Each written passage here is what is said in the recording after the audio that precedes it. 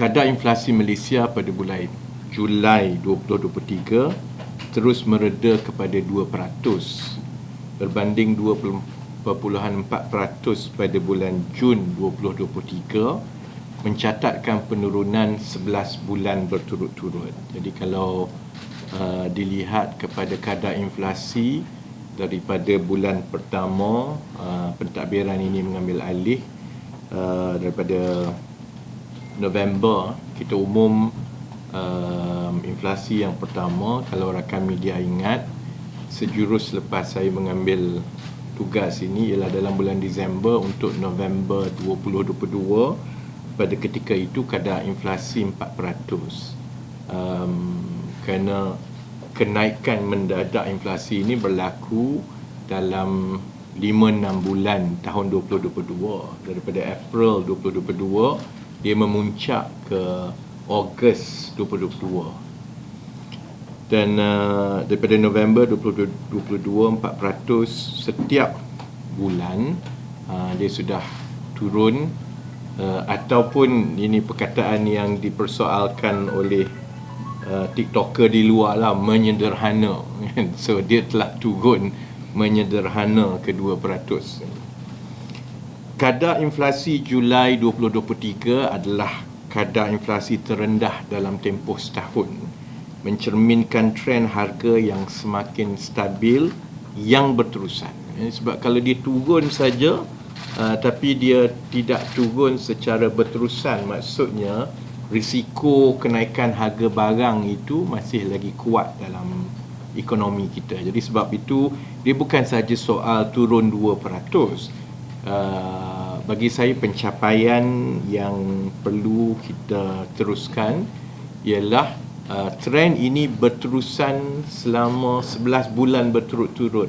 Bermakna risiko kenaikan harga barang yang menyebabkan masalah-masalah kos sara hidup yang sebelum ini kita lihat tahun lepas, risiko itu semakin berkurang. Kategori makanan dan minuman bukan alkohol menyumbang kepada bahagian terbesar perubahan inflasi pada kadar 4.4%, iaitu telah turun hampir 3% daripada 6.8% pada Disember 2022 kepada 4.4% pada bulan Julai 2023. Jadi kadar inflasi yang tinggi secara berterusan yang kita lihat pada tahun lepas sekiranya tidak dikekang akan mengikis kuasa beli rakyat, kerana harga barangan dan perkhidmatan akan naik tetapi pendapatan tidak semestinya naik pada kadar yang sama. Dan itulah sebenarnya masalah negara kita. Sebelum ini contohnya, walaupun kadar inflasi itu dilihat baik, maksudnya 3%, 2%, sebelum pun kadar inflasi itu naik sampai 4, sampai nak dekat 5%, gaji kita tu naik sikit sangat. Real wages, I think in the last few years was only less than 1%. Jadi sebelum ini pun, sebelum inflasi ni naik seperti yang kita lihat tahun lepas, kita dah ada pun masalah yang kenaikan gaji rakyat itu lebih rendah daripada kenaikan harga barang.